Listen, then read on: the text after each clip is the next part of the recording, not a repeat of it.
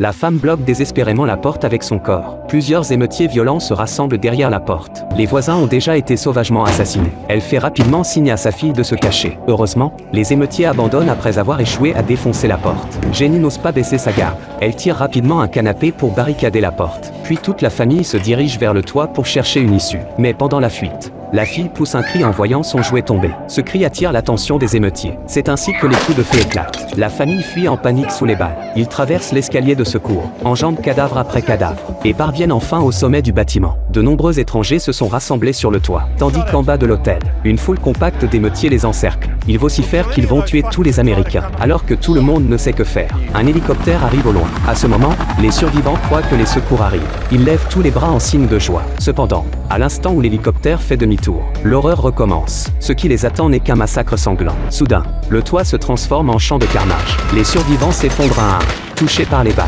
Jacques emmène sa femme et ses filles se réfugier dans l'angle mort. Peu après, l'hélicoptère commence à tourner autour du bâtiment en tirant, visiblement déterminé à ne laisser aucun survivant. La famille de 4 personnes semble prise au piège. Heureusement, les pales de l'hélicoptère s'en mêlent dans les câbles électriques.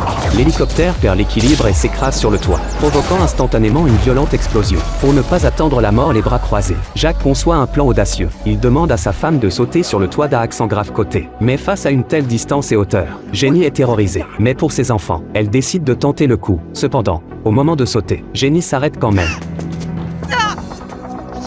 Voyant les émeutiers approcher, Jenny rassemble à nouveau son courage, prend son élan et s'élance. Bien qu'elle se soit écorché les genoux, elle s'en sort. Aussitôt, Jacques prend sa petite fille dans ses bras et la lance sans hésitation. Jenny se précipite pour la rattraper, utilisant son propre corps comme coussin. Finalement, la petite fille est saine et sauve. Ensuite, Jacques tourne son regard vers sa fille aînée. La grande fille, effrayée, prend ses jambes à son cou. Jacques la rattrape et la soulève de force. Cependant, au moment de la lancer, sa fille s'agrippe désespérément à son cou, manquant de faire tomber tous les deux. Voyant sa fille suspendue dans le vide, Jenny est pétrifiée de terreur. Heureusement, avec l'aide d'un compagnon, ils parviennent à hisser la grande fille.